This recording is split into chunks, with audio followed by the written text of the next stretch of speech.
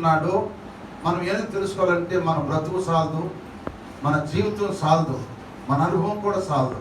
కనుక ఆయన యేసు ఎవరు అని ఒక వ్యక్తి అడిగాడు. యేసు ఎవరని అడుగుతానికి ఆయన ఎట్లా ఉంటాడో చూడటానికి ఒక వ్యక్తి బయలుదేరి వచ్చాడు. ఆ వ్యక్తిని గురించి మనం తెలుసుకుందాం. చూడండి, లూకా సువార్త 19వ అధ్యాయము 1వ వచనం చదువుకుందాం. లూకా సువార్త 19వ అధ్యాయము 1వ వచనం చదువుకుందాం. ఆయన సంచరించుచు యెరికో పట్టణములో ప్రవేశించి దాని గుండా పోవుచుండెను. ఇదిగో సుంకపు గుప్తదారుడు ధనవంతుడునైన చక్కయ్య పేరు గలవాడొకడు యేసు ఎవరో అని చూడగోరిన గాని పొట్టివాడైనందున జనులు గుంపుగూడి ఉండుట వలన ఆమేన్. ప్రార్థన చేసుకున్నాం. ప్రేమల తండ్రి, దయల నాయన, మీకు వందనాలు, స్తుతులు స్తోత్రాలు చెల్లిస్తున్నాం. లేఖనం మీది, ప్రజలు మీ వారిని, మీరు మా దేవుడుపై ఉదయకాలం నాతో మాకు అర్థమైన రీతిగా మా బ్రతుకులు సరిచేస్తున్నట్టుగా మాతో మాట్లాడమని, మీ మాటలు అపవాది తూపాకుండా హృదయం అనే పలక మీద రాసుకుంటానికి కృప దయచే. మంచి నిలబడి విత్తనలాగా ప్రతి ఒక్క హృదయం అనే మంచి నిలబడి 30-60 ఫలించేటట్టుగా సహాయం చేయమని యేసయ్య పెట్టుడుతున్నాను పరమ తండ్రి, ఆమేన్. ఇక్కడ సుంకపు గుప్తదారుడని ఒక ధనవంతుడు ఉన్నాడు. అతని పేరు చక్కయ్య. చక్కయ్య అనే పేరుకు అర్థం ఏంటంటే పరిశుద్ధుడు అని అర్థం. చక్కయ్య అనే పేరుకి అర్థం ఏంటంటే పరిశుద్ధుడు అని అర్థం. కానీ పేరులో పరిశుద్ధత ఉంది, కానీ పనిలో పరిశుద్ధత లేదు. ఈనాడు చాలా మంది పేర్లలో పరిశుద్ధత ఉంది, కానీ క్రియల్లో పరిశుద్ధత లేదు. పనిలో కానీ, మాటల్లో కానీ, ప్రవర్తనలో కానీ పరిశుద్ధత లేదు. చక్కీలో కూడా పరిశుద్ధత లేదు. పరిశుద్ధత లేనివాడు అక్రమంగా, అన్యాయంగా ధనాన్ని సంపాదించాడు. బోల్డ్ అంత ధనాన్ని సంపాదించాడు. పేదవాళ్ళను బాధ పెట్టాడు, ప్రజలను కష్టపెట్టాడు, నష్టపెట్టాడు, ఏడిపించాడు. కొంతమంది ఆ బాధ తగ్గలేక చనిపోయిన వారు కూడా ఉన్నారు. అటువంటి వ్యక్తి జక్కయ్య. ఈ జక్కయ్య ఈ విధంగా కొనసాగుతూ ప్రజలను బాధ పెడుతూ సుంకాలు వసూలు చేస్తూ ఎంతగానో ధనవంతుడైపోయాడు. పేరులో జక్కయ్య కానీ పరిశుద్ధత మాత్రం లేదు. పేరులో పరిశుద్ధత ఉంది, కానీ మనిషిలో పరిశుద్ధత లేదు. ఈనాడు కూడా చాలా మందిలో పేరు పరిశుద్ధంగా ఉంది, కానీ మనిషిలో పరిశుద్ధత లేదు. పరిశుద్ధత లేదు. పరిశుద్ధత కలిగిన వాడే ప్రభుత్వం చూస్తారని వాక్యం చదివిస్తుంది. నేను పరిశుద్ధులను, మీరు కూడా పరిశుద్ధులై ఉండుడి. పరిశుద్ధత లేకపోతే ఎవడు కూడా ప్రభువుని చూడలేడు అని వాక్యం చదివిస్తుంది. కనుక మనం పరిశుద్ధత కలిగి ఉండాలి. ప్రభువు నమ్మిన తర్వాత, ప్రభువులో జీవిస్తున్న తర్వాత పరిశుద్ధత కలిగి ఉండాలి. ఆ పరిశుద్ధత మనం కలిగి లేకపోతే మనం ఎన్ని ప్రార్థనలకు వచ్చినా, ఎంత వాక్యం విన్నా, ఎంతగా మనం దాన ధర్మాలు చేసినా, ఎంతగా మనం చేసినా కూడా మనలో పరిశుద్ధత లేకపోతే ఆ పరిశుద్ధుని ప్రభుని మనము చూడలేము. కనుక అందుకని పరిశుద్ధత కలిగి ఉండాలి. కానీ జక్కయ్య ఒక దినమున యేసయ్య ఆ యెరికో మార్గంగా వస్తూ ఉన్నప్పుడు, యెరికోలో ఉన్నాడు, జక్కయ్య కూడా యెరికోలోనే ఉన్నాడు. యేసయ్య మార్గంగా వస్తున్నప్పుడు అసలు యేసు ఎవరని చూడని వెళ్ళాడు, కానీ జల్లు గుంపుగా ఉన్నాడు. ఇతను పొట్టివాడు విన్నాడు. చూడలేకపోయాను. స్తోత్రం చెప్పండి. చూడలేకపోయాను. యేసయ్య ఎవరో, ఎట్లా ఉంటాడో ఆయన చూడని ఆశ ఉంది, కానీ చూడలేకపోయాను. మొట్టమొదటి పాయింట్లో జక్కీలు ఏముందంటే చూడలేదు. అసలు ఆయన ఎవరు? మనుషుడా, దేవుడా? ఆయన రోగులు స్వస్థపరుస్తున్నాడంట, పాపలు రక్షిస్తున్నాడంట, దయ్యాలు వెలగొడుతున్నాడంట, చనిపోయిన వారు బతికిస్తున్నాడంట. ఆయన ఎవరు, ఎట్లా ఉంటాడు అని చూడాలని ఆశగా చూడలేకపోయినని వాక్యం చదివిస్తుంది. చూడలేకపోయి ఈనాడు కూడా చాలా మంది యేసు ఎవరో అని వెళ్తున్నారు కానీ ఆయన చూడలేకపోతున్నారు. మందిరానికి వస్తున్నారు కానీ, వాక్యం వింటున్నారు కానీ ఆ వాక్య వెలుగును చూడలేకపోతున్నారు, ఆ వాక్యాన్ని గ్రహించలేకపోతున్నారు. ఈనాడు కూడా చాలా మంది బాప్తిసం పొందినా, మారుమనసు పొందినా, పరిశుద్ధాత్మ పొందినా యేసు ఎవరో ఆయన వాక్యం బోధిస్తున్నాడు. పరిశుద్ధాత్మ దేవుడు ఆయన మాటలు చెబుతున్నాడు. ఒక పాపిని లేకపోతే ఒక బానిసని ఇక్కడ నిలబెట్టుకుని, పరిశుద్ధాత్మ దేవుడు ఆయన గురించి బోధిస్తున్నాడు. ఎవరి గురించి బోధిస్తున్నాడు పరిశుద్ధాత్మ దేవుడు అంటే ఎప్పుడు యేసు ప్రభువు గురించే బోధిస్తున్నాడు. ఆయన యేసు ప్రభువు గురించే బోధిస్తున్నాడు. ఆ బాధ వింటున్నాం కానీ దాన్ని గ్రహించలేని వాడు యేసయ్యను చూడలేని వాడితో సమానమే. దేవుని స్తోత్రం చెప్పండి. ఈరోజు చెబుతున్నాను, వాక్యం అందరూ వింటున్నారు కానీ దాన్ని గ్రహించలేకపోతున్నారు. వాక్యాన్ని గ్రహించలేని వారు ఎవరైనా సరే వారు యేసయ్యని చూడలేదు. అర్థమైన వాళ్ళు స్తోత్రం చెప్పండి. నాకు అర్థమైందా ఈ మాట ఉన్నవాడు స్తోత్రం చెప్పండి. నిజంగా చూడలేకపోతున్నారు.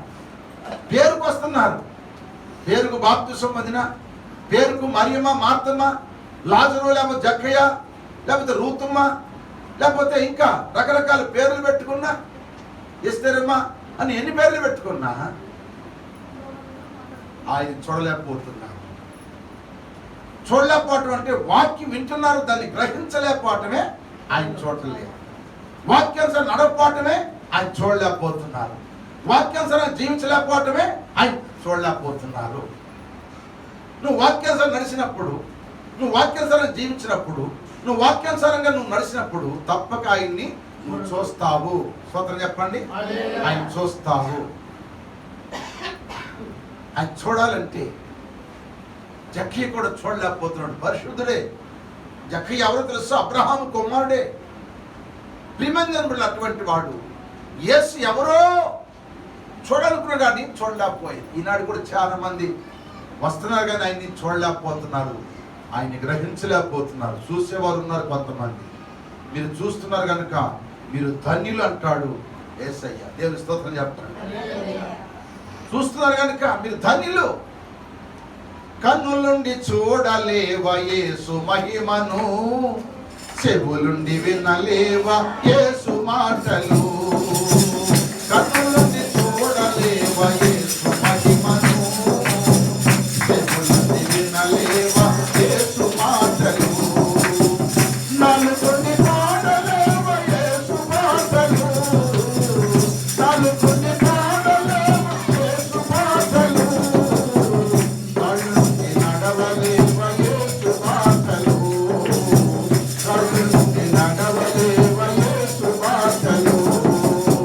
కన్నులుండి చూడలేవా యేసు మహిమను, చెవులుండి వినలేవా యేసు మాటలు.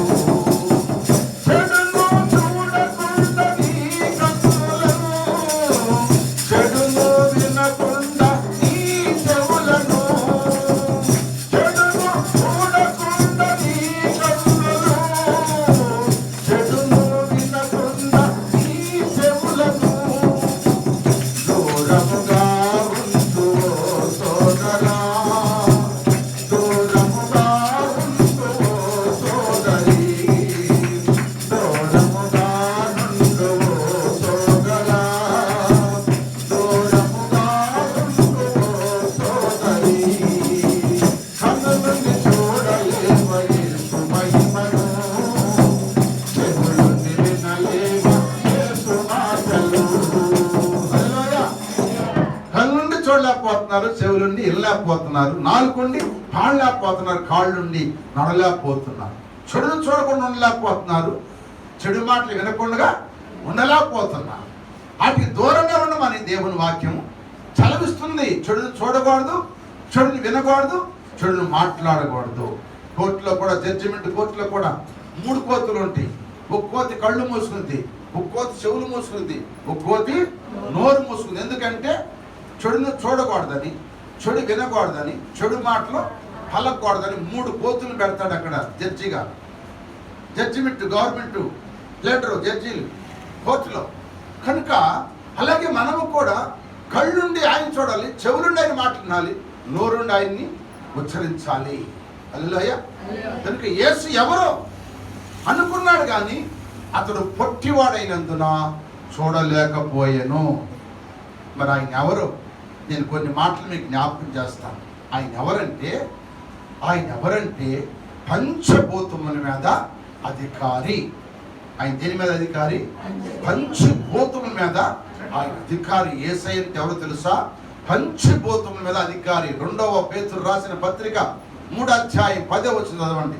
2వ పేతురు రాసిన పత్రిక, పేతురు రాసిన 2వ పత్రిక 3వ అధ్యాయం 10వ వచనం చూస్తే అక్కడ మనం తేట కనపడుతున్నా ఎవరో అనేది మనకు అర్థం అవడానికి మొట్టమొదట అయితే ప్రభువు దినము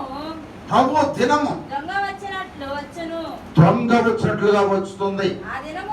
ఆ దినమున ఆకాశం మహాధ్వనితో గతించిపోవును. పంచభూతములు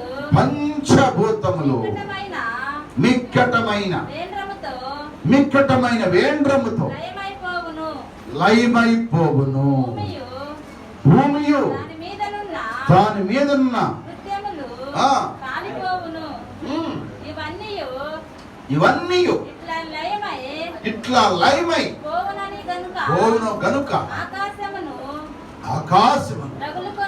రగులుకొని లయమైపోవును. దేవుని స్తోత్రం చెప్పండి. పేతురు మహాభక్తుడు. ఆయన మొట్టమొదటి దేవుడు పేతురును పిలుచుకున్నాడు. పేతురు ఈ ప్రసంగం రాశాడు. 2 ప్రసంగాలు చేశాడు పేతురు. మొదటి ప్రసంగం 1 పేతురు, 2వ ప్రసంగం 2 పేతురు అని అద్భుతమైన ప్రసంగాలు ఆయన రాశాడు. ఆయన పరిశుద్ధాత్మ నింపడినప్పుడు ప్రసంగం చేస్తే 3000 మంది బాప్తిసం పొందారు. రెండవసారి ప్రసంగం చేస్తే 5000 మంది బాప్తిసం పొందారు. అంత గొప్ప పరిశుద్ధాత్మకుడైన పేతురు భక్తుడు రాస్తున్న ఈ పత్రికల్లో చాలా విషయాలు, లోతైన విషయాలు దేవుని రాకడ గురించి రాశాడు. ప్రభు రాకడ గురించి రాశాడు. ప్రభు ఎవరంటే పంచభూతముల మీద అధికారి. పంచభూతాలు అంటే ఏంటి చెప్పండి? పంచభూతాలు అంటే ఎన్ని? పంచ అంటే ఎన్ని? 5. 1 2 3 4 5 అంటే 5 అన్నమాట. ఈ 5 అనగా పంచభూతాలు. ఈ పంచభూతాలు అంటే అని చెప్పండి. ఇప్పుడు గాలి, నీరు, గాలి, నీరు, నిప్పు, ఆకాశము, భూమి. ఇయే పంచభూతాలు. అంటే ఇప్పుడు ఆయనకి ఆకాశం మీద అధికారం ఉంది, భూమి మీద అధికారం ఉంది, నీటి మీద అధికారం ఉంది, నిప్పు మీద అధికారం ఉంది, గాలి మీద అధికారం ఉంది. ఆ అధికారం ఎవరికి లేదు. సృష్టిలో ఏ దేవుడిని పడుతున్న వారికి ఎవరికి లేదు అధికారం. కానీ ఆయన ఒక్కడికే పంచభూతముల మీద అధికారం గల దేవుడు ఆయన. హల్లెలూయా. ఏంటి అవన్నీ కూడా పరిశుద్ధంలో రాయబడి ఉన్నాయి. మీకు జ్ఞాపకం చేస్తాను, రాసుకోండి. మొట్టమొదటిది ఆకాశము. 147వ కీర్తన 8వ వచనంలో ఉంటుంది ఆకాశము. రెండవ మాట భూమి. అది కూడా 147వ కీర్తన 15వ వచనంలో ఉంటుంది. మూడవ మాట గాలి. ఈ గాలి అనే మాట మార్కు సువార్త 4:28 38 ఉంటుంది. గాలి. 4వ మాట నీరు. ఇది యోహాను సువార్త 2వ అధ్యాయం 7వ వచనంలో ఉంటుంది. 5వ మాట అగ్ని. ఆదికాండం 19వ అధ్యాయం 24వ వచనంలో ఉంటుంది. ఈ 5 కూడా పంచభూతాలు. మొదటిది ఆకాశము, 2 భూమి, 3 గాలి, 4వది నీరు, 5వది అగ్ని. ఈ పంచభూతాల మీద ఆయనకు అధికారం ఉన్నది. ఇవన్నీ మీరు రాసుకుని చదువుకోవాలి. ఆయనకి అన్నిటి మీద అధికారం ఉంది. ఆకాశం మీద అధికారం ఉంది, భూమి మీద అధికారం ఉంది, గాలి మీద అధికారం ఉంది, నీటి మీద అధికారం ఉంది, చెప్పాలి అగ్ని మీద అధికారం ఉంది. ఇవన్నీ నిలవజేసట్టు పెట్టాడు దేవుడు. ఎవరికంటే యేసయ్య రాకడలో ఎవరు దేవుని నమ్మి పాపం చేస్తారో, ఎవరు దేవుని నమ్మక ఇంకా లోకంలో జీవిస్తారో వాళ్ళ మీద కుమ్మరించబడటానికి ఈ పంచభూతాలను కూడా కాలి లైవ్ అయిపోయి బూడిదైపోవటానికి ఆయన నిల్వ చేసి అట్టి పెట్టాడు కనుక ఆయన వాటి మీద అధికారి. యేసు ఎవరంటే సామాన్యం కాదు. యేసు అంటే చిన్నపిల్లగా ఆడుకుంటున్నారు కొంతమంది. యేసుని నమ్ముకుని పాపంలో ఆడుకుంటున్నారు. యేసయ్య మన్నేం చేస్తాడు? యేసయ్య ప్రేమ స్వరూపి కదా, ఆయన మన్నేమి చెడని పాపంలో ఆడుకుంటున్నారు కొంతమంది, అబద్ధాలు ఆడుకుంటున్నారు కొంతమంది, వ్యభిచారాలు ఆడుకుంటున్నారు కొంతమంది, దొంగతనాలు ఆడుకుంటున్నారు కొంతమంది, మోసాలు ఆడుకుంటున్నారు కొంతమంది. యేసయ్య అగ్ని వంటి వాడు. ఎప్పుడు కాలుస్తాడో తెలియదు, ఎప్పుడు జీవితాన్ని పాడు చేస్తాడో తెలియదు, ఎప్పుడు బాధ పెడతాడో తెలియదు. ఆయన అధికారం గల దేవుడు. పంచభూతాల మీద ఆయనకి అధికారం ఉన్నది. జాగ్రత్త ప్రియమైన దేవుని బిడ్డలారా, యేసయ్య అంటే సామాన్యం కాదు. యేసయ్యతో చెలగాటం ఆడకూడదు. అగ్నితో ఆడే వరకు అగ్ని ఏది చెప్పండి? కాలు చేసింది. చేతులు ఆడితే చేతులు కాలుతాయి, కాళ్ళు కాడితే కాళ్ళు కాలుతాయి, వస్త్రాలను పోసుకుని ఆడితే వస్త్రాలు కాలిపోతాయి, ఎక్కని కాలిపోతాయి. అగ్నితో ఆడకూడదు. అగ్నితో చెలగాటం ఆడితే కాలి బూడిదైపోతావు. నిండు నూరేళ్ల జీవితాన్ని బూడి చేసుకుంటావు, చెడ్డ పేరు తెచ్చుకుని చెడిపోతావు. తర్వాత నిచ్చగ్గిలో పడి అగ్నిని పురుగు సాగుని స్థలములో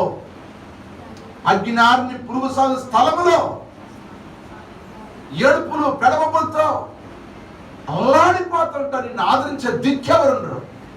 నేను మధ్యాహ్నం 12 గంటలకు మేము జోసెఫ్ అన్నయ్య నేను ఇక్కడ కూర్చున్నాం. పాట వచ్చింది, 12 గంటలకు పాట వస్తుంది కదా. ఆ పాటలో ఆ పాట ఎట్టా ఉందన్న పాట పాడుతుంటే నాకు దాని మీదే పోయింది. ఏంటంటే, ఎంత సుందరము పరలోకము, ఏది సువర్ణము, ఏది చిత్రము అని పాట పాడుతుంది. అంటే ఎంత సుందరమైందో పరలోకము. అది సువర్ణంతో బంగారంతో కట్టబడిన పట్టణము. ఆ పట్టణంలో ఎప్పుడు ప్రవేశిస్తా. దానికోసం ఆ పాట పాడుతుంటే నిజమే, ఈ భూలోకంలో రోగాలు వచ్చినాయని, అప్పులు ఉన్నాయని, లేకపోతే సమస్యలు ఉన్నాయని, లేకపోతే సుఖభోగాలు భోగించాలని అనుకుంటున్నాము. ఇవన్నీ కొద్ది కాలమే ఉంటాయి. ఉంటే ఒక 5 సంవత్సరాలు, 10 సంవత్సరాలు, 20 సంవత్సరాలు ఉంటాయి. ఎప్పుడుంటే తెలియదు. కానీ ఆ తర్వాత ఆ సుందరమైన పట్టణం అవ్వాలంటే, ఆ సుందరమైన పట్టణం కోసం ఈ కొద్ది కాలమన్నా ఆయన కొరకు జీవిస్తే బాగుండే అనిపించింది. ఎప్పుడైనా నేను ఆ సుందరమైన పట్టణం చూడాలి, ఆ పట్టణంలో ఉండాలని నాకు ఆశ ఉందయ్యని నాకు నిన్నల్లా మనసంతా అట్టపోయింది. ఏం స్తోత్రాల్లో. దానికోసం పొగడాలి కానీ దీనికోసం పొగడ పని ఇది కొద్ది కాలమే. ఇది శాస్త్రమైంది కాదు, ఇది అశాస్త్రమైంది. శాస్త్రమైంది ఏది ఇక్కడ లేదు. శాస్త్రమైనంత పరలోకంలో ఉంది. కనుక ఆ పరలోకం కొరకే మనం ప్రభువుని నమ్ముకుని బాప్తిసం పొందిన తర్వాత పరలోకం కోసం జీవించు. కానీ పాపం చేసి లోకంలో సుఖం అనిపించాలని చూస్తే నువ్వు ఎప్పుడు చచ్చిపోతావు, ఏ విధంగా చచ్చిపోతావు, ఏ విధంగా పాడైపోతావు, ఏ విధంగా నశించిపోతావు, ఏ విధంగా చెడ్డ పేరు తెచ్చుకుంటావు, నీ జీవితం సర్వనాశనం ఇక్కడ చేసుకుని నరకంలో పోయి అగ్నిలో కాలే కంటే నీ జీవితంలో ఇక్కడే కొద్ది కాలమైన మనకున్న కామ క్రోధ మద మాత్సర్యాలని కూడా అణుసుకుని చంపుకొని దేవుని కొరకు జీవిస్తే ఆ నిత్యరాజ్యంలో, ఆ పరలోకంలో, బంగారు పట్టణంలో, ఇది భూమి మీద ఉన్న పట్టణం, ఇది భూమి మీద ఉన్నది, అది బంగారం పట్టణం. ఆ పట్టణంలో సంచరిస్తూ ఆ రాజ్యంలో ఆనందిస్తూ యుగ యుగాలు ఆనందంలో ఉంటాం. అందుకని ఆ పరలోక పట్టణం కొరకే ఈ భూలోకంలో ఉండగానే ఆయన కొరకు మనం ఎదురు చూడాలి. అందుకే అబ్రహాము గారు కోటీశ్వరుడు, ఆయన శ్రీమంతుడు యేసయ్య అంత తోడు చేశాడు దేవుడు అబ్రహాము. కానీ అబ్రహాం అంత తోడైనా గుడాల్లో జీవించాడు కానీ పెద్ద బిల్డింగ్ కట్టలేదంట. ఆయన పెద్ద బిల్డింగ్ కూడా కట్టలేదు. ఎందుకంటే అబ్రహాము పునాదుల్ని పట్టణం కొరకు ఎదురు చూస్తూ ఉన్నాడంట, గుడాల్లో నివసిస్తూ. బుడలంటే చిన్న చిన్న పాకాల్లో నివసిస్తూ ఆ పునలైన పట్టణం, ఆ పరలో పట్టణం కూడా ఎదురు చూశాడంట. ఆ పరలో పట్టణంలో ఆయన ఉన్నాడు. అందుకే తండ్రి అయిన అబ్రహామా అని ధనవంతుడు అగ్నిలో ఉండి తండ్రి అబ్రహామును పిలిచాడు.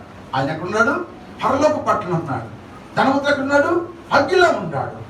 కేకేస్తున్నాడు, తండ్రి అయిన అబ్రహామా నీ యొద్దను లాజరు పంపయ్యా, ఒక చిట్నేలు నీళ్ళ ముంచి నా ఒక బొట్టు నా నాలుగు మీద సలార్దేవనయ్యని కేకలేస్తాడు.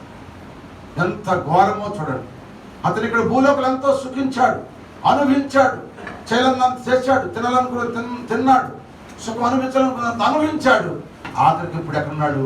అగ్నిలో ఉన్నాడు. అప్పుడు అబ్రహాం అంటాడు, నాయన కుమారుడా, నువ్వు భూలోకలు ఉన్నప్పుడు అన్ని సుఖ సౌఖ్యాలన్నీ అనుభవించావు. నీ సుఖాలన్నీ అన్ని సుఖాన్ని సౌఖ్యాన్ని అన్నీ అనుభవించావు. కామ కోద మద మాత్రమే నువ్వు అనుభవించావు. కనుక ఇక నీకు సుఖం ఇక లేదు. ఇక నీకు యుగ యుగాలంటే ఇక అంతం లేదు, సావు లేదు, ఇక నీ మరణం లేదు. ఎప్పుడు సావు, ఎప్పుడు అగ్ని ఆడదు. ఇప్పుడు సంస్థలలో నువ్వు ఇక్కడ యాతన పడుతున్నా. ఇదిగో లాజరు కొద్ది కాలం భూమి మీద బాధలు పడ్డాడు, కష్టాలు పడ్డాడు, రోగంతో ఉన్నాడు. ఇప్పుడు ఆయన ఇక్కడ సుఖము అనుభవిస్తున్నాడు, సుఖాన్ని అనుభవిస్తున్నాడు అని చెప్పాడు ధనవంతుడితో అబ్రహాం. హల్లెలూయా. యేసు ఎవరో తెలుసా? ఆయన పంచభూతం మీద అధికారి. ఆకాశం మీద ఆయనకి అధికారం ఉంది, భూమి మీద అధికారం ఉంది, గాలి మీద అధికారం ఉంది. గాలి ఆగంట ఆగిపోయింది. నీరు నింపమంటే నిండిపోయి మధురంగా మార్చబడింది. అగ్ని కురమంటే సొదమ గొమర పట్టణాలని కురిసి, కందకాలు కురిసి కాలిబుడిదాయి. ఆయన అన్నింటి మీద అధికారంగా దేవుడు. సామాన్యుడు కాదండి, మా నమ్ముకున్న దేవుడు శక్తివంతుడు. పంచభూతములు వికటమైన వేడ్రముతో లయమైపోయే రోజు అది నమ్ము సోదరా. పంచభూతములు వికటమైన వేడ్రముతో లయమైపోయే రోజు అది నమ్ము సోదరా. తిరుచు త్రాగుచు తిరగబోతుమా, తిరుచు త్రాగుచు తిరగబోతుమా అనుకున్న గడియాలో ప్రభు యేసు వచ్చును. అనుకునని గడియాలో ప్రభు యేసు వచ్చును. ప్రభు యేసు రాకడ సమీపించే ఇప్పుడే సిద్ధపడుమో సోదరుడా, సిద్ధపడుమో సోదరుడా, సిద్ధపడుమో సోదరుడా, సిద్ధపడుమో సోదరి. రాజ్యం మీదకి రాజ్యం లేసి కంకిలు వేయును, జనముల మీదకి జనము లేసి గర్జన చేయును. రాజ్యం వేయును, జనముల మీదకు జనము లేసి గర్జన చేయును. తరువు కాగదము భూకంపము కలుగును, తరువు కాగదము భూకంపము కలుగును.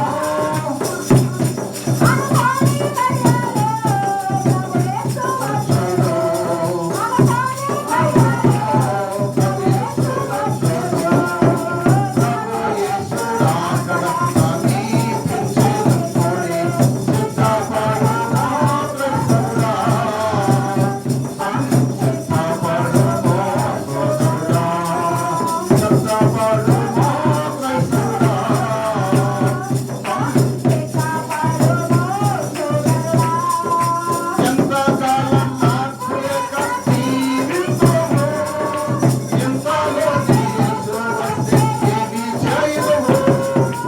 ఎంతకాలం నాకు లేక జీవింతుము, ఎంతలో యేసు వస్తే ఏమి చేయదుము. ప్రార్థన లేకుంటే నీ బ్రతుకే శూన్యము, ప్రార్థన లేకుంటే నీ బ్రతుకే శూన్యము. రక్షణ నీకుంటే పరలోక రాజ్యము, రక్షణ నీకుంటే పరలోక రాజ్యము. ప్రభు యేసు రాకడ సమీపించే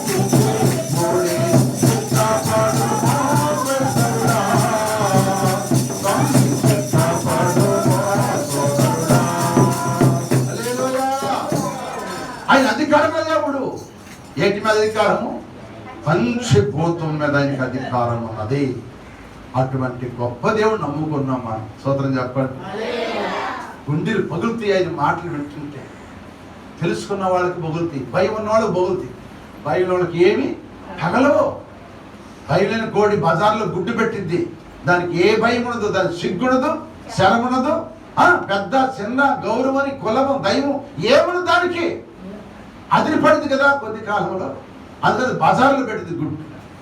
భయం కలిగి ఉన్నవాడికి దేవుని మాటలు వింటుంటే భయం కలిగిన దానికి దేవుని మాటలు వింటే గుండె బద్దలైపోయి కరిగిపోయింది. భయం కలిగి జీవించాలి కడవరి దినాలు. వాక్యం ఉన్న ప్రియమైన దేవుని బిడ్డలారా, భయం కలిగి జీవించాలి. ఆయన ఎవరు అనుకుంటున్నారు? హాస్యమాస అనుకుంటున్నారా?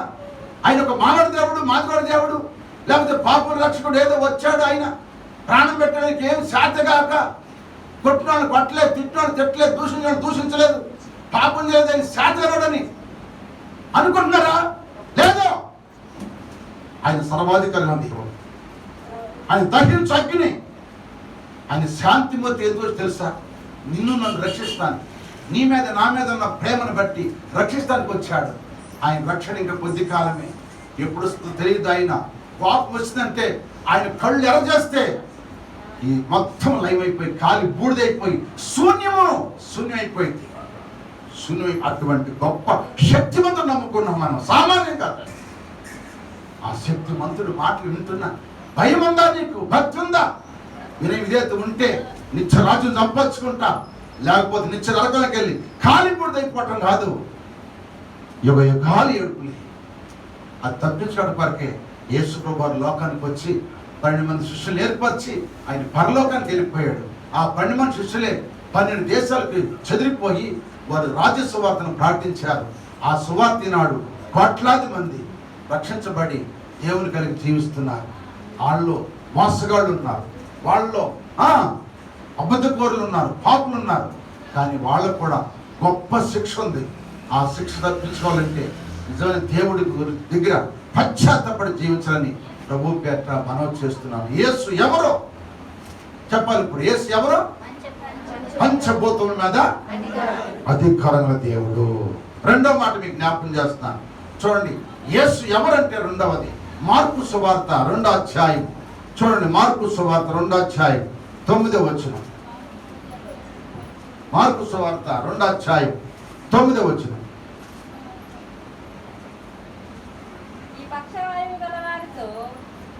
ఈ పక్షవాయు గలవారితో ఈ పాపములు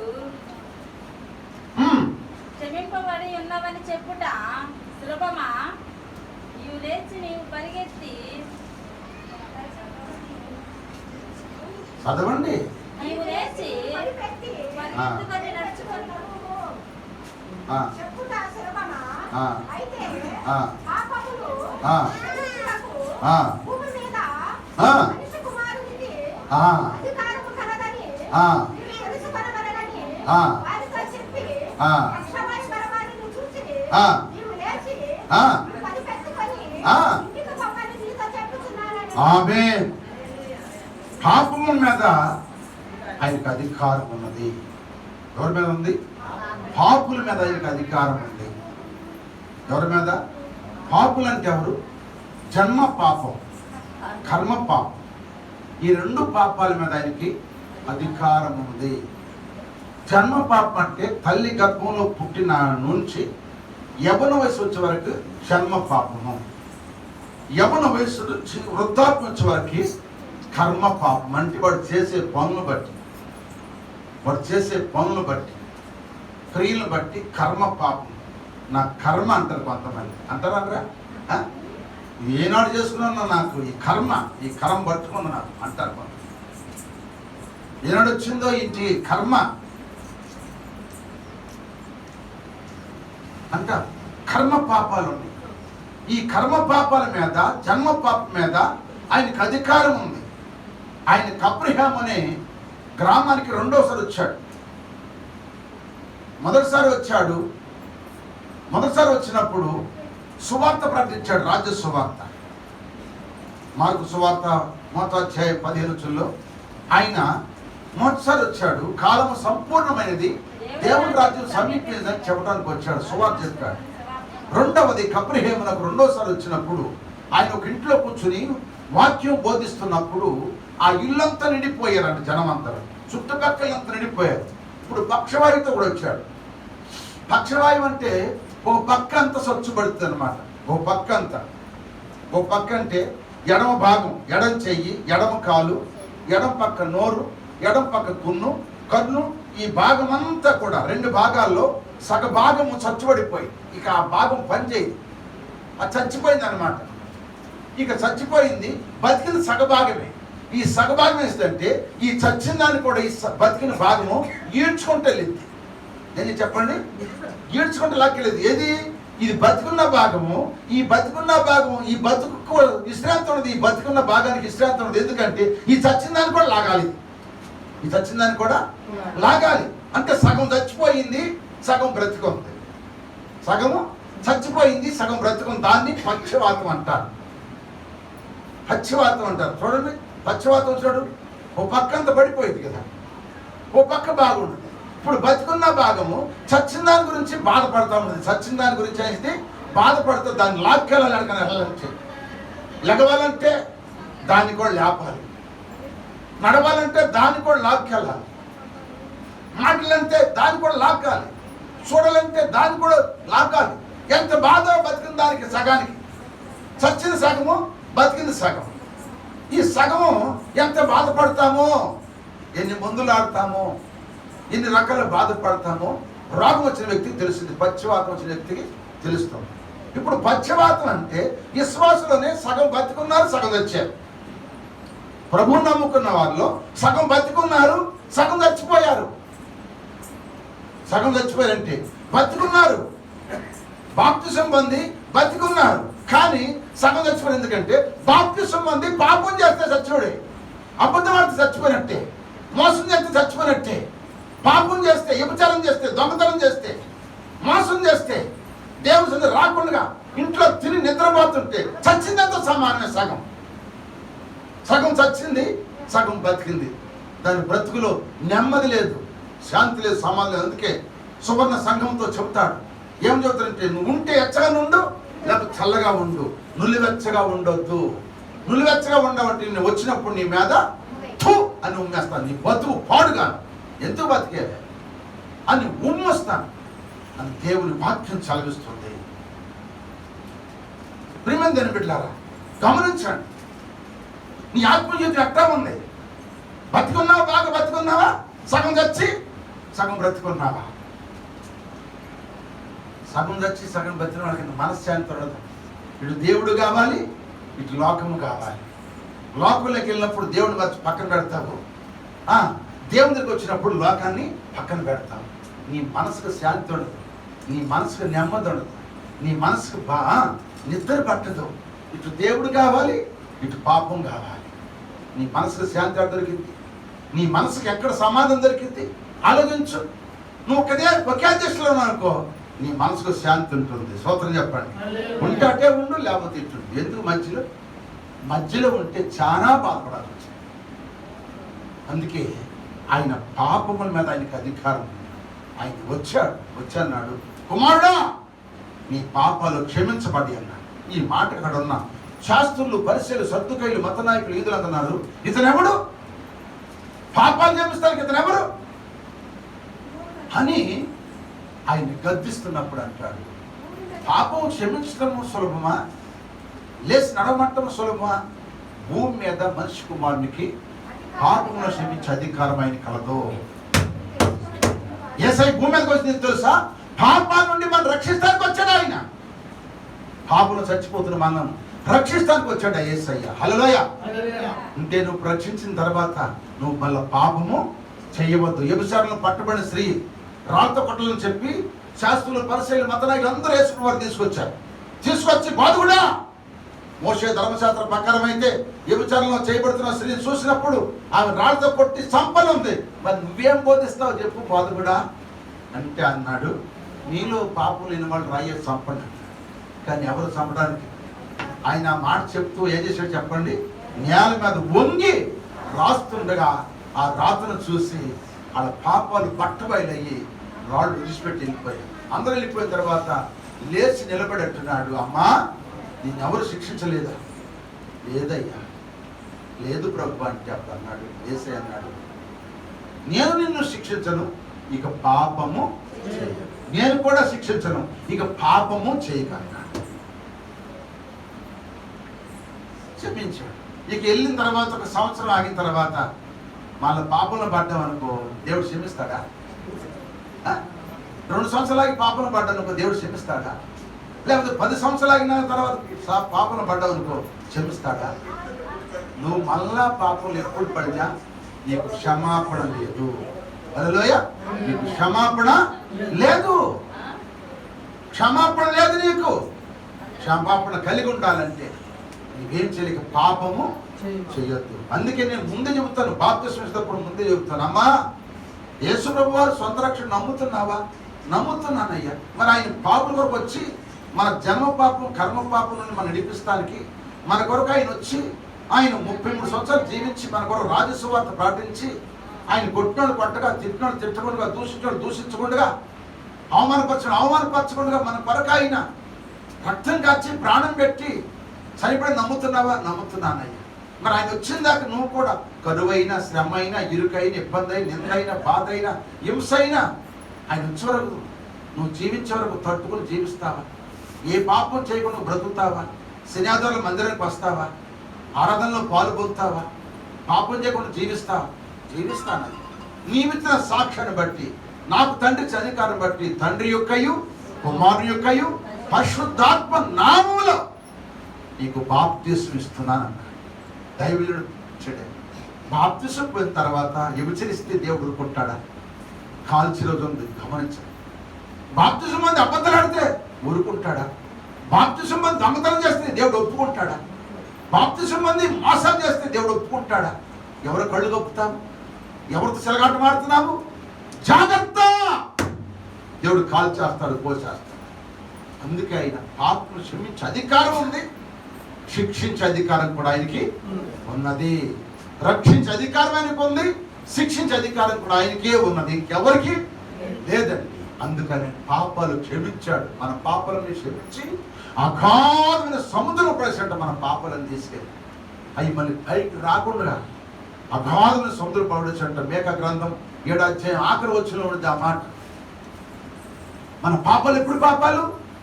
మన జన్మ పాపాన్ని, మన కర్మ పాపం, మనం ఎప్పుడైతే ప్రభువుని నమ్మాము, ప్రభు కొరకు జీవించాలని తీర్మానం చేసుకున్నామో అంతవరకు చేసిన పాపాలన్నీ కూడా అంట అగాధ సముద్రంలో పడవేశాడు. కానీ ఆయన నమ్ముకుని పాపం చేస్తే దానికి పశ్చాత్తాపం లేదండి. దానికి పశ్చాత్తాపము లేదండి. ఆ పశ్చాత్తాపం కొరకు నేను ఇక్కడ బతికిస్తున్నాడు.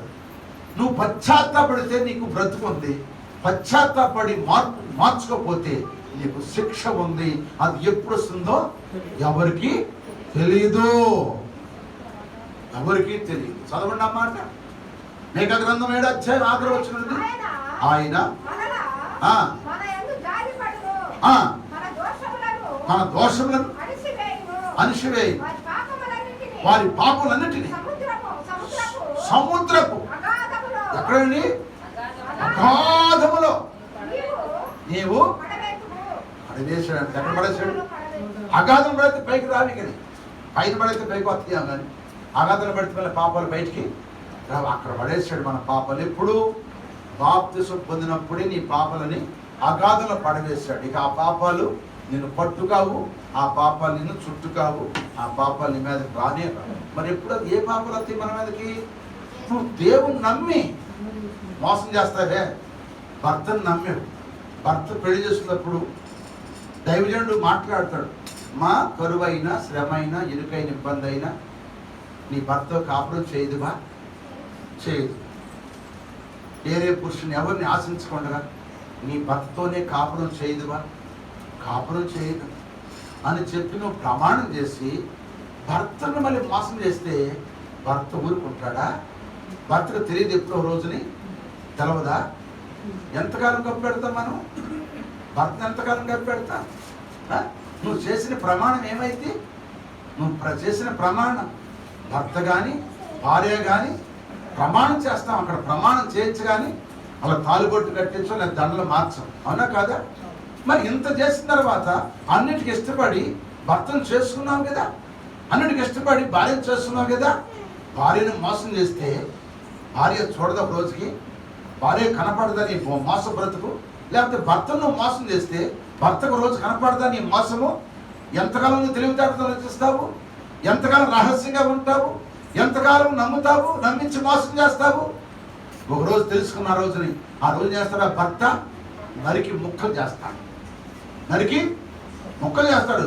కోటినరలో మా సినిమా ఉండేవాడు ఆయన భార్య పాపం చేస్తుంటే చూశాడు. అది ఎప్పుడు మనం చేస్తే తెలవదు, కానీ చూశాడు. కత్తిస్తుడు ముక్కలు ముక్కలుగా నరికి ఒకటి పడేసేసాడు. అంతే, నరికి అక్కడ ముక్కలు పడేసాడు. పాపం పట్టుకోదా? ఎప్పుడు పట్టుకో తెలియదు కదా. అందుకని ఒక శరీరమైన భర్త నరికి ముక్కలు చేస్తుంటే నువ్వు ఎవరు చూడకుండా పాపం చేస్తే రేపు దేవుడు పట్టుకుని నేను పాపంలో అగ్నిలో పడవేయడా? పాపం నేను అగ్నిని పడవేయదా? ఆయన పాపాలు క్షమించే అధికారం ఉంది, శిక్షించే అధికారం ఉంది. కనుక ప్రియమందిని బిడ్డలారా, పాపం నుండి ఎప్పుడైనా మనం మనసు మార్చుకుని అబద్ధాల నుండి, మోసాల నుండి, దగాల నుండి, అన్యాయం నుండి, అక్రమాల నుండి, వేషధారణ నుండి మనం మార్చుకున్నట్లయితే క్షమాపణ దొరుకుతుంది భూమి మీద. మళ్ళీ ఇప్పుడు బతికొండగానే ఆ తర్వాత మనకు దొరకదు. ఇదే అనుకూల సమయంగా క్షమాపణ పట్టణకి దేవుని సన్నిధిలో సాగిపోవటం కొరకు దేవుడు చూపుతున్నాడు. దేవుని స్తోత్రం, హల్లెలూయ. అందుకని ఆయనకి రెండవది పాపముల మీద అధికారం ఉన్నది. పాపుల మీద అధికారం ఉంది, పాపం మీద అధికారం ఉంది, క్షమించే అధికారం ఉంది, శిక్షించే అధికారం ఉంది. ఆయన అధికారంగా దేవుడు, ఆయన అధికారంగా దేవుడు సామాన్యుడు కాదండి. మనం నమ్ముకున్న దేవుడు సజ్జుడైన దేవుడు, ఆయన మృత్యుంజయుడు.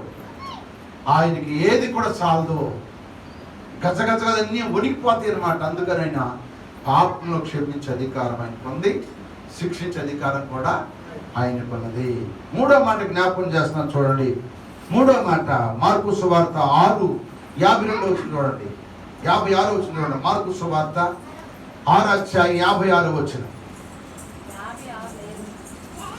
ఉంది. మార్కు సువార్త 6:56 వచ్చిన గ్రామములోను, గ్రామముల్లోను, పట్టణముల్లోను, పల్లెల్లోను, ఎక్కడెక్కడ ప్రవేశించను అక్కడ జనులు రోగులను సంత వీధిలో ఉంచి వారిని ఆయన వస్త్రం శంగు మాత్రం ముట్టినను వేడుకొనుచుండిరి. ఆయన ముట్టిన అందరూ స్వస్థత నొందిరి. ఆయనకి రోగాల మీద ఆయనకి అధికారం. మూడో మాట చెప్పాలి, ఏం మీద అధికారం ఉంది? వ్యాధుల మీద ఆయనకి అధికారము. ఆయన వ్యాధిగ్రస్తులను స్వస్థపరిచేది, వ్యాధిగ్రస్తులను స్వస్థపరిచేది, వ్యాధిగ్రస్తులు స్వస్థపరిచేది. అనేక వ్యాధులు ఉన్నాయి మనిషికి. నాకు జబ్బు లేదు అన్న వ్యక్తి ఈ భూలోకంలో ఎక్కడని ఎవరన్నా ఉన్నారా? ఈ భూప్రపంచంలో మానవుడు పుట్టిన తర్వాత నాకు ఏ జబ్బు లేదనే వాడు ఎవరన్నా ఉన్నారా? చెప్పండి. పసిబిడ్డ మొదలుకొని తల్లి గర్భంలో పిండం ఉన్నప్పుడే, ఆ పిండం ఉన్న బిడ్డకే పసికిలేదని చెబుతున్నారు డాక్టర్లు. పిండం ఉన్నప్పుడే పసికలు అవుతున్నాయి, పసికలు అయినాయి అని చెబుతున్నారు. అంగవైకల్యంగా పుడుతుందని చెబుతున్నారు. ప్రతి ఒక్కరికి జబ్బులు, ప్రతి ఒక్కరికి జబ్బులు ఉన్నాయి. ఈ జబ్బుల నుండి స్వస్థపరచగల దేవుడు ఎవరంటే మన ప్రభు అయిన యేసుక్రీస్తు వారి ఒక్కడికే అధికారం. ఆయనే స్వస్థపరిచే దేవుడు. రోగుల మీద అధికారం ఆయనకు ఉన్నది. ఆయన అధికారం దేవుడు. అందుకంటాడు దీర్ఘకాండం 32:39 అంటాడు, గాయపరచువాడు నేనే, గాయం నుండి స్వస్థపరచువాడును నేనే, మృతులు పొందించువాడును నేనే, బ్రతికించువాడును నేనే. నా చేతి నుంచి ఎవరు మిమ్మల్ని విడిపించదు. కనుక ఆయన వ్యాధుల మీద ఆయనకు అధికారం ఉంది. ఎటువంటి వ్యాధుల మీద ఆయనకు అధికారం. కానీ నేను ఒక మాట చూద్దాను, ఈ రోగాలన్నీ మనని నరకానికి తీసుకెళ్ళాలి. రోగాలు మనని నరకానికి తీసుకెళ్ళాలి. రోగంతో చచ్చిపోయినాడు పరలోకి వెళ్తాడు, పాపంతో చచ్చిపోయినాడే నరకానికి వెళ్తాడు. గుర్తుపెట్టుకోండి, పాపంతో చచ్చిపోయాడు నరకానికి వెళ్తాడు, రోగంతో చచ్చిపోయేవాడు పరలోకి వెళ్తాడు. దేని సోదరం చెప్పాలి. ఎందుకంటే రోగులకి వైద్యుడు ఎన్ని ఎందుకు వచ్చినాయి రోగాలంటే మనం చేసే పనులు బట్టి, మనం తినే ఆహారం బట్టి, నడిచే గాలి వాతావరణం బట్టి దేవుడు కల్మషం అయిపోయింది. ఎందుకంటే మానవ పాపం ఎక్కువైపోయింది.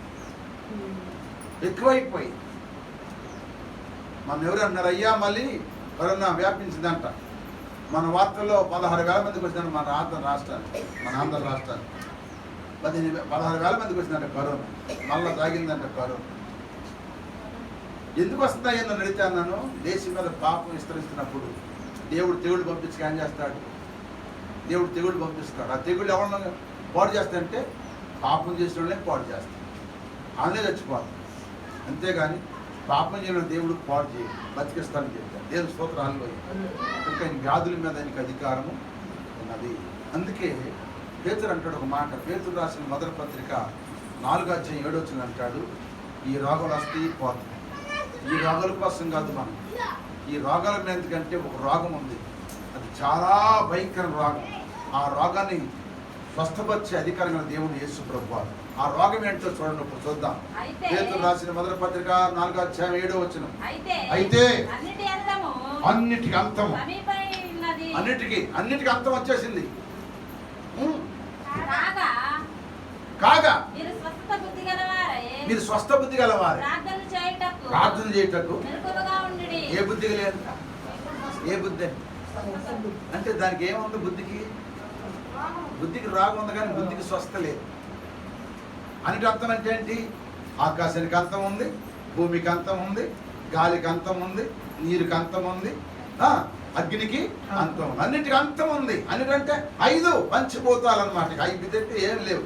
ఈ అన్నిటికీ అంతం ఉంది కనుక, అన్నిటి అంతం సమీపించింది కనుక, ఆకాశానికి అంతం సమీపించింది, భూమికి అంతం సమీపించింది, గాలికి అంతం సమీపించింది, నీరుకి అంతం సమీపించింది, అగ్నికి అంతం సమీపించింది కనుక మీరు స్వస్థ బుద్ధి గలవారై. ఏ బుద్ధి? బుద్ధికే పాడు రాగాలు తెచ్చేది. బుద్ధికి ఉన్న రాగాలు ఏ రాగాలు లేవు. శరీర రాగాలు పోతాయి, ఉంటే పోతాయి, వస్తాయి పోతాయి. శరీర రోగం మన ఏమి పాడు చేయదు. దేవుని స్తోత్రం చెప్పండి. శరీర రోగం మళ్ళా తగ్గిపోయింది. శరీర రోగాల కోసం కాదు దేవుడికి వచ్చేది. బుద్ధికి రోగం ఉంది, ఆ రోగాన్ని స్వస్థపరచమని అడగాలి. దేవుని స్తోత్రం చెప్పండి. ఆ రోగులే వచ్చారు అక్కడికి వేసేది. దేనికి ఆయన వస్త్రం చెంగుముట్టినా బాగుపడతాం అనుకున్నారు. ఇది ఆత్మీయ రోగం. నీ బుద్ధికి రోగం ఉంది. ఆ రోగం కనపడి రోగం. ఆ రోగం నిన్ను కనపడకుండా కాల్చేస్తుంది. రోగం కాల్చేస్తుంది. నిన్ను తింటూ నిన్ను ఎండిపోయిన ఒక అస్థి పంజరంగా చేసి అప్పుడు చంపిద్ది ఆ రోగం. బుద్ధికి ఉన్న రోగం. ఆ రోగం పోవాలంటే మెలుపు కలిగి ప్రార్థన చెయ్యమ్మ. మెలుపు కలిగి ప్రార్థన చేయమని అపొస్తలుల పేతురు గారు చెబుతున్నాడు. అన్నిటికీ అంతం సమీపించింది కనుక మీరు స్వస్థ బుద్ధి గలవారై ప్రార్థన చేయటకు మెలుగుగా ఉండండి. హల్లెలూయా. ప్రార్థన చేయడం మెలుపు ఉండాలి. ఎందుకంటే ఆయన వ్యాధుల మీద ఆయన అధికారం కలిగి అర్థం సార్ సోదరు చెప్పాను. నేను చెప్పాను ఇప్పటికి ఏం చెప్పాను? ఏంటయ్యి?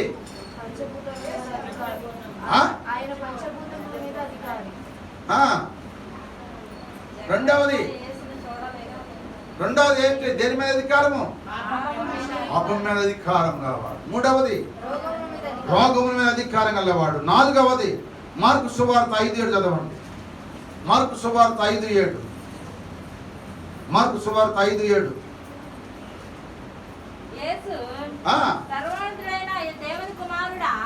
సర్వత్రైన దేవుని కుమారుడా నాతో నీకే నన్ను బాధపరచుకోమని దేవుని పేరట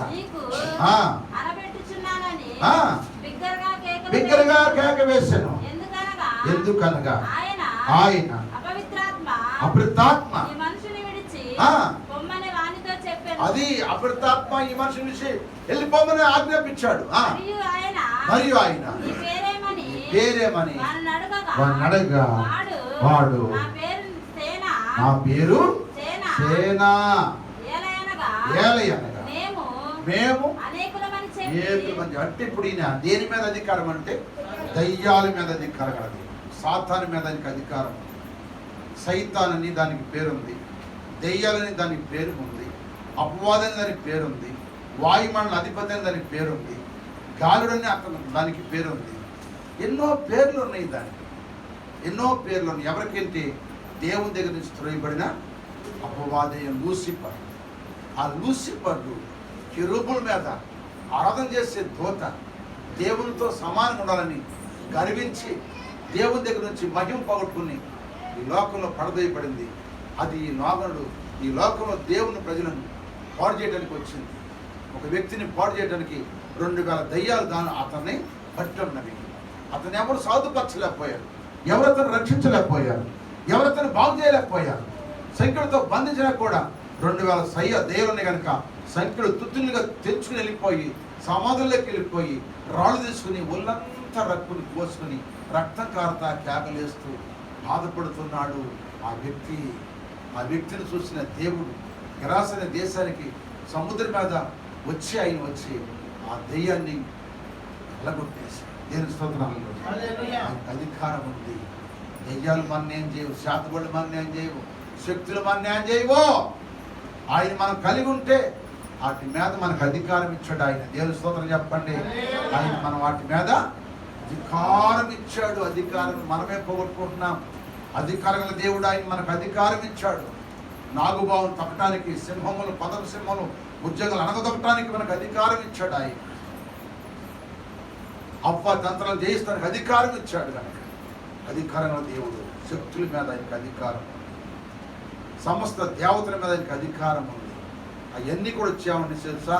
సర్వోన్నతుని దేవుని కుమారుడా, అయ్యా నా దగ్గర అబ్బాయి ఎప్పుడు నా సమయం రాదుగా అయ్యా, దాని సమయం తెలుసు. ఎప్పుడు నాకు సమయం ఉంది, నన్ను ఎప్పుడు పాతాళంలో నన్ను పంపిస్తానని పాతాళం సిద్ధపరిచాడు నాకు తెలుసు. కానీ ఇన్ని రోజులు పంపిస్తానని దేవుడికి సైతానికి తెలుసు, నాకు తెలుసు నా సమయం ఇంకా రాదుగా అయ్యా అంటే దానికి తెలుసు సమయం. ఏమండి, ఇప్పుడు నాకు అన్నం పెడితే 1 గంటకి, నువ్వు 12 గంటలకు వచ్చి ఆనందం అంటే ఏమంటారు? నా టైం ఇంకా కాదమ్మా, నేను 1 గంటగా భోంచేసి నా టైం తెలుసు. కానీ దయ్యానికి కూడా తెలుసు టైం. ఎందుకంటే దేవుడు దానికి ఏర్పరచాడు, దానికి తెలుసు కనుక నా సమయం ఇంకా రాలేదుగా నాయన అంటే నువ్వు ఎవరివి అని అయ్యావన్నీ చూసేవా? అయ్యా ఒకవేళ నువ్వు ఆజ్ఞాపిస్తే అయ్యా ఈ మనుషుల్లో కాదు, అయ్యా పాత్రలు కాదు, ఇంకా సమయం కనుక ఆ పందుల్లోకి ఆజ్ఞాపించయ్యా, పందుల్లోకి వెళ్ళిపోతాను అయ్యా. దేని స్తోత్రాల్లో ఆ మాటలు కానీ పందులకు హోమని ఆజ్ఞాపించాయంట. అక్కడ మేస్తున్నాయి అంటారు, ఇంచుమించు 2000 మంది 2000 పందులు మేస్తున్నాయి అంట. ఆ పందుల్లోకి వెళ్ళిపోయి ఆ పందులు తీసుకుని వెళ్ళిపోయి సముద్రంలోకి వెళ్ళిపోయి చచ్చినాయి. దేవుని స్తోత్రాలు. వాటిని చంపే వెళ్ళిపోయి ప్రియమందరం. ఎందుకంటే ఆయన దయ్యాల మీద కూడా ఆయనకి అధికారం ఉన్నది. 5వ మాట మీకు చేపొస్తాను. మరణం మీద ఆయనకి అధికారం ఉంది.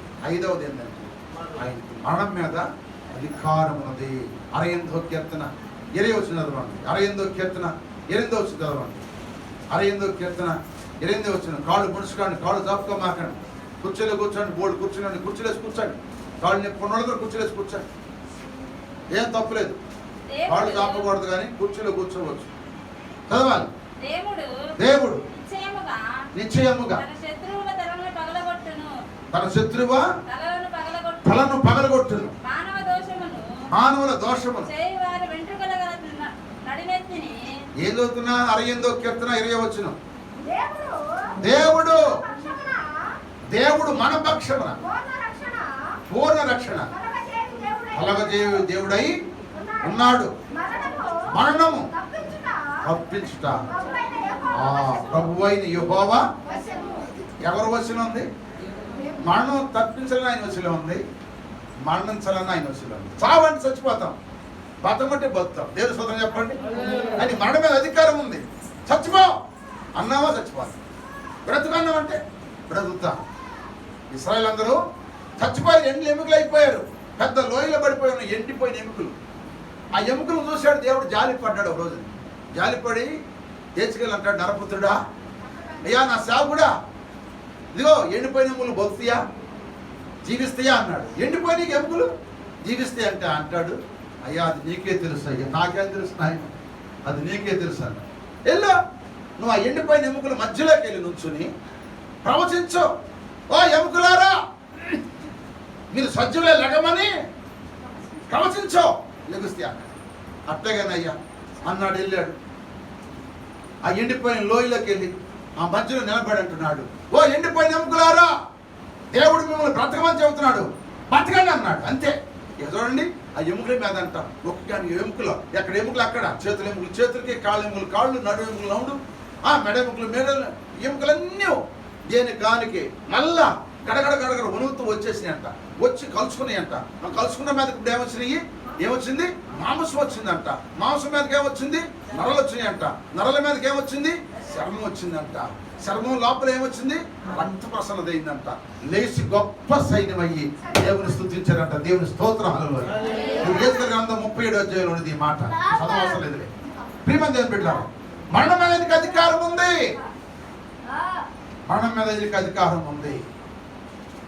బ్రతకమంటానికి అధికారం ఉంది. చనిపోవడానికి కూడా ఆయనకి అధికారము ఉన్నది. హల్లెలూయా. మనం ఎక్కడ పోతున్నాం? ఇప్పుడు మరణపు నీడలో బ్రతుకుతున్నాము. ఎక్కడ పోతున్నాం? మనం మరణ పంచులు పోతున్నాం. మనం ఎక్కడ ఉన్నామండి? ఇప్పుడు మరణ పంచులున్నాం, మరణ అంచులున్నాం. మరణపు నీడలో నిలసిన మానవ శరణమని శ్రీ యేసుని చేరా. మరణపు నీడలో నిలసిన మానవ శరణమని శ్రీ యేసుని చేరా. కరుణామృతము యేసుని ప్రేమ కరముల సాక్షి శిలచెనురారా. కరుణామృతము యేసుని ప్రేమ కరముల సాక్షి శిలచెనురారా. ఆవిరి వంటిది నీ జీవితము, అందర కనబడి మాయమగును. ఆవిరి వంటిది నీ జీవితము, అందర కనబడి మాయమగును. శాశ్వతమైనది ఏదియు లేదు, శాశ్వతమైనది ఏదియు లేదు. నేనే యేసుని చేరురా, నేనే యేసుని చేరురా, నేనే యేసుని చేరురా, చేరురా. మరణపు నీడలో నిలసిన మానవ శరణమని శ్రీ యేసుని చేరా. హల్లెలూయా. ఎక్కడున్నాం చెప్పండి? ఇప్పుడు మనము మరణపు అంచులో ఉన్నాం. ఆయన బ్రతికించాలని ఆయన వశలో ఉంది, చంపాలన్నా ఆయన వశలో ఉంది. చచ్చిపో అన్నాడు ఇజ్జికాని. చచ్చిపోమని చెప్పన్నాడు ఇజ్జికాని. ఇజ్జికా ఏడ్చాడు, కన్నీళ్ళు కార్చాడు, కాడుతో తిరిగాడు. అయ్యా దేవా, ఒకప్పుడు నీ సంగతి ఎట్లా ఉన్నాను ఒకసారి జ్ఞాపకం చేసుకో. ఇక నేను క్షమించయ్యా, నా గర్వాన్ని నా అహంకారాన్ని అన్ని వదిలిచి పెడుతున్నాను, అయినా క్షమించండి. ఏడుస్తూ ఏడుస్తూ కన్నీళ్లు కలుస్తున్నప్పుడు జాలి గల దేవుడు అంటాడు. ప్రవక్త యెషయా అంటాడు, యెషయా ఆ ఇజ్జికియా కన్నీళ్ళు ఎత్తుకొని చూస్తే నాకు జాలేసింది, ఓ ఇంకో 15 సంవత్సరాలు ఆవిష్యం పొడిగించని చెప్పు అన్నాడు. దేవుని స్తోత్రం. పొడిగించాలని చేతిలో ఉంది, చంపాలన్నా ఆయన చేతిలో ఉంది. హల్లెలూయా. ఆయన మరణం మీద అధికారం ఉంది. యేసంటే సామాన్యము కాదు. యేసంటే ఏదో తాత్కాలిక దేవుడు అనుకుంటున్నావేమో. యేసంటే ఏమనుకుంటున్నావో నీవు, నీకు అర్థం కావట్లేదు. నీకు మనోనేత్రం ఉంటే దేవుడిని కనపడును కాక. మరణం మీద అధికారం ఉంది. అలా బతుకున్నామంటే నీకంటే కోటీశ్వరులు, అంత సందరగలిగిన వాళ్ళు, ఆస్తి పాస్తులు ఉన్నవాళ్ళు, నాయకులు, అధికారులు, గొప్ప గొప్ప డాక్టర్లు అందరు కూడా కరోనాలో చచ్చిపోయారు. లక్షల కోట్ల మీద చచ్చిపోయారు. కానీ నేను బతికించడం తెలుసా? నీ మీద ఆయనకి ప్రేమ ఉంది. ఇప్పటికై నీ మనసు మార్చుకుని, నీ బ్రతుకు మార్చుకుని దేవుని కొరకు జీవిస్తావని నేను ఇంకా బ్రతికిస్తున్నాడు. దేవుని స్తోత్రం. హల్లెలూయా. లేకపోతే చచ్చిపోతాం. సాధించేది ఏమి లేదు. చచ్చిపోతాం. చచ్చిపోతే ఏమైంది తెలుసా? నరకం. నరకం. ఆ నరకం తప్పించడం కొరకే, ఆ నిత్యరాజ్యం కొరకు బాప్తిజం పొందిన ప్రియమైన దేవుని బిడ్డలారా, మనము మన ప్రవర్తన జాగ్రత్తగా ఉంచుకుంటే ఆయన మన మీదకి వచ్చి మరణం తప్పించును గాక. ఆగో, నా కుమారుడు మీద నువ్వు రావడానికి వీలేదు, తప్పిస్తారు అంతే. ఏముంది, దెయ్యం వచ్చింది, అయ్యా ఈసారి నాకు అతని దేహం మీద నాకు ఆజ్ఞ అంది. ఎవరిని? దయ్యం వచ్చి ఎవరిని అడిగింది? దేవుడు అడిగింది. ఏమడిగింది? ఇప్పుడు శరీరం మీద ఇచ్చాను, అంటే ఆస్తి పాస్తులు బిడ్డ మీద ఇచ్చాను, ఆయనే గెలిచాడు, నేను ఓడిపోయా. ఇప్పుడు ఆయన శరీరం మీద నాకు అధికారం నేను లేడనిపిస్తాను అంది. అంటాడు, ప్రాణం మీద నీకు అధికారం లేదు. ప్రాణాన్ని ఏం చేయకుండా శరీరం మీద వ్యామన చేసుకోమన్నాడు. శరీరం మీద వ్యామన చేసుకోమంటే ఆ దుర్మార్గురాలు ఏం చేసి చూసావా, అది కాళ్ళు మొదలుకు నన్ను త్వరకి బాధల పురుగులు పెట్టి ఎంత బాధ పెట్టిందో ఆ సాతాను. ప్రాణం మీద దానికి అధికారం ఎందుగా? ప్రియమైన దేవుని బిడ్డలారా, ఎంత గొప్ప దేవుడు అండి. అంత బాధలుండి కూడా దేవుని స్తుతించడు కానీ దేవుని దూషించలేదు. దేవుడు అందుకే ఆయన రెండంతగా ఆస్వాదించాడు. ఆయన 140 సంవత్సరాలు ఆయుష్ పొడిగించి 4 తరాల బిడ్డలను చూశాను. మొదటి బిడ్డలని, తన కన్న బిడ్డల్ని, తన బిడ్డల కన్న బిడ్డల్ని, ఆ బిడ్డల కన్న బిడ్డల్ని, ఆ బిడ్డల కన్న బిడ్డలు 4 తరాలు చూశాడంట. ఏ పయ్య హల్లెలూయా. మరణం మీద ఆయనకి అధికారం ఉన్నది. మరణం మీద ఆయనకి అధికారం ఉంది. అధికారం దేవుడు ఆయన. 6వ మాట చూడండి, అపొస్తలుల కార్యము 2:27 వచ్చింది చదవండి. అపొస్తలుల కార్యం 2:27 వచ్చింది చదవండి. అపొస్తలుల కార్యము 2:27 వచ్చింది. చదవాలి, త్వరగా చదవాలి. నీవు నా ఆత్మను పాతాళములో విడిచిపెట్టవు, నీ పరిశుద్ధుని కొల్లబెట్టని. దేవుని స్తోత్రం చెప్పండి. నీవు నా ఆత్మను, పేతురు భక్తుడు ప్రసంగం చేస్తున్నాడు. ఎవరి గురించి తెలుసా? దావీదు గురించి ప్రసంగం చేస్తున్నాడు. అయ్యా, నేను నమ్ముకున్న బిడ్డలు ఆత్మను నువ్వు పాతాళంలోకి పంపించవు. హల్లెలూయా. అని పాతాళం మీద అధికారం దేవుడు. ఆయన పాతాళం మీద అధికారం దేవుడు.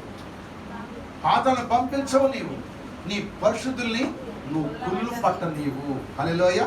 అంటే పాతాళం మీద కూడా ఆయనకి అధికారం ఉందని ఆ వాక్యాన్ని యూదులకు, ఇశ్రాయేలు ప్రజలకు అందరికీ పేతురు ఖండితంగా బోధిస్తున్నాడు. మన పితరులు భక్తులందరూ ఎక్కడో తెలుసా? వాళ్ళని పాతాళం పంపలేదు. వాళ్ళు పరదైసులో ఉన్నారు. ఎక్కడున్నారు వాళ్ళు? పరదైసులో ఉన్నారు. పాతాళం లేరు. హల్లెలూయా. పాతాళం తప్పించాడు. వాళ్ళ దేహాలు కుళ్ళిపోలేదు, వారి శరీరాలు కుళ్ళిపోలేదు. దేవుని స్తోత్రం. హల్లెలూయా. హల్లెలూయా. నోరు రావట్లేదా? చేతులు లగొట్టలేదా? దేవుని భయం లేదా? తిరుగుతున్నారు అటు ఇటు వాక్యం వింటున్నప్పుడు. దేవుడు మాట్లాడుతుంటే అంత గడగడలాడుతూ కూర్చోవాలి.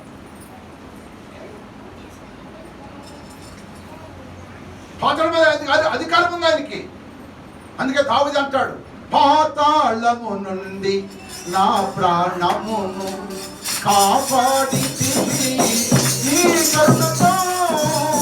పాతాళము నుండి నా ప్రాణమును కాపాడితివి నీ కరుణతో. ప్రాణాది చూడక ఆది ఉన్నిగా, ప్రాణాది చూడక ఆది ఉన్నిగా బ్రతికించితివి క్షేమముతో, బ్రతికించితివి క్షేమముతో. నాలో ప్రేమను వెలిగించితివి, వెలుగై నీవే కాపించితివి. నాలో ప్రేమను వెలిగించితివి. నీ భక్తులకై రాజు ఉంచిన మేలును ఎంతో గొప్పవి. నీ భక్తులకై రాజు ఉంచిన మేలును ఎంతో గొప్పవి. ఉత్తముడవని స్తుతి స్తుతించితివి, ఉత్తముడవని అలా ఉత్తముడవని స్తుతి స్తుతించితివి, ఉత్తముడవని స్తుతి స్తుతించితివి. నిత్యము నిన్నే స్తుతించెదను, నిత్యము నిన్నే స్తుతించెదను. నాలో ప్రేమను వెలిగించితివి.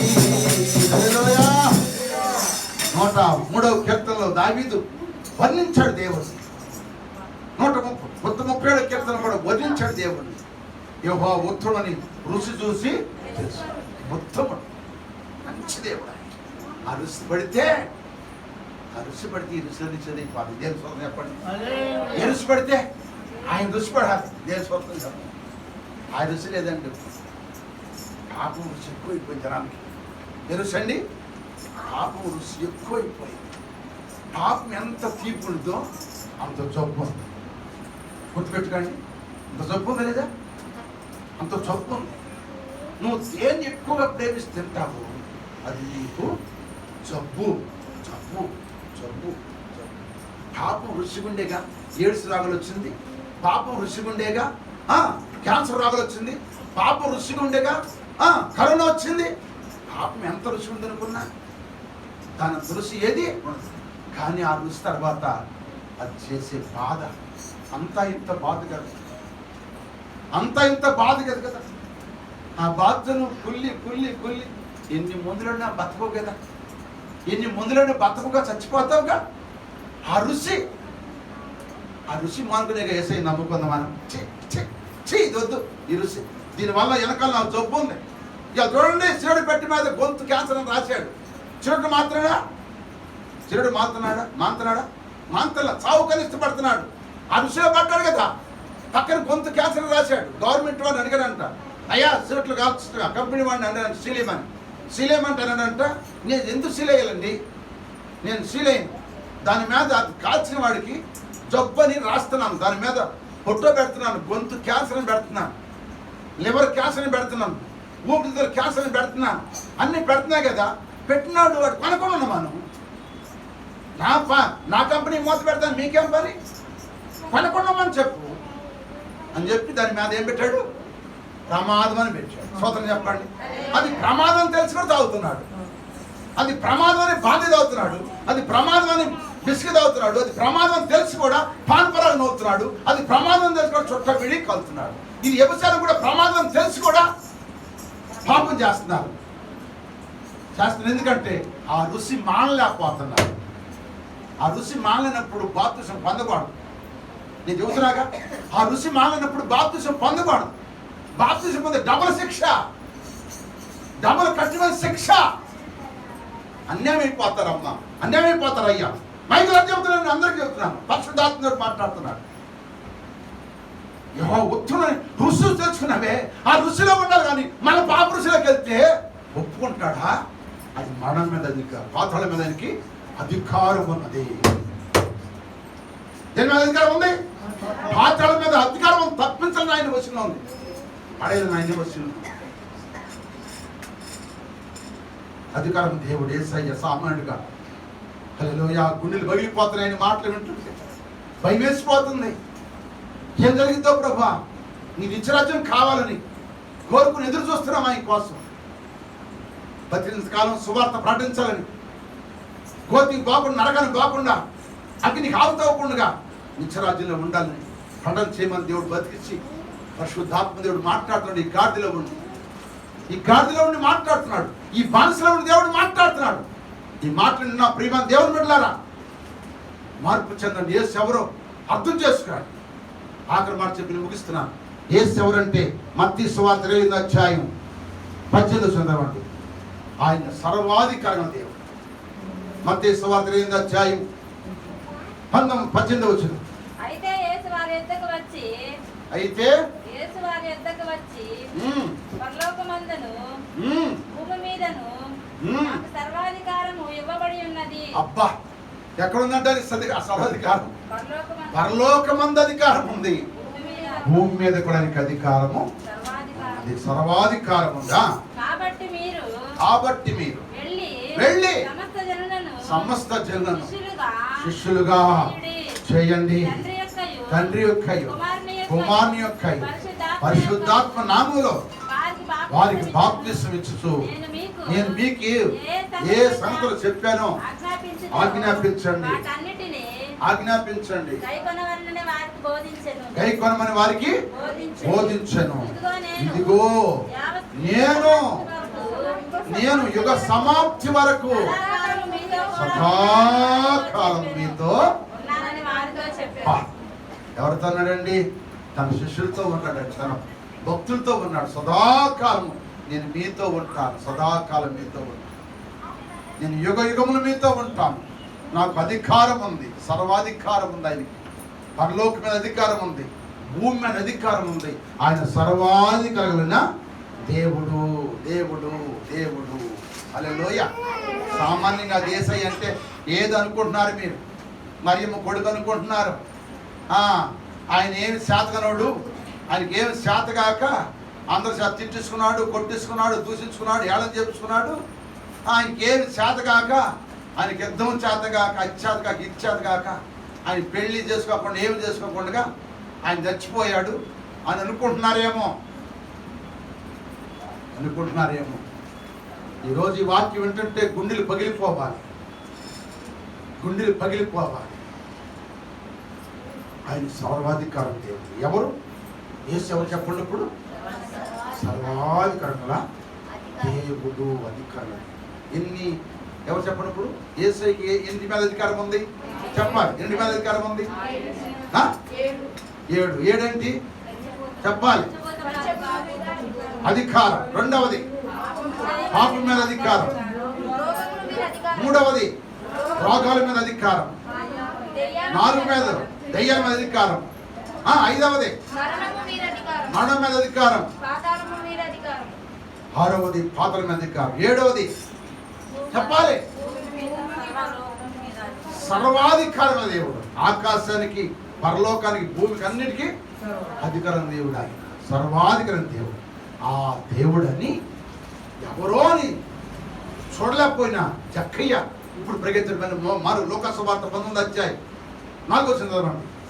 19వ అధ్యాయం 4వ వచనం చదవండి. ఇప్పుడు చూడలేకపోయాడు కదా, ఎవరో అన్నాడు, చూడలేకపోయాడు. ఇప్పుడు ఆయన తెలుసుకున్నా. 4వ వచనం చదువు. అప్పుడు యేసు ఆ త్రావణ రానై ఉన్నాడు కనుక అడు ముందుగా పరిగెత్తాడు. ఇప్పుడు జక్కయ్య ఎడబెట్టాడు. జక్కయ్య అంటే పరిశుద్ధుడు, కానీ పాపిలా జీవిస్తాడు కదా. ఇప్పుడు పరిగెత్తుకుంటాడు వెళ్ళాడు, చెట్టెక్కాడా? ఆయన చూసుకుంటాడు.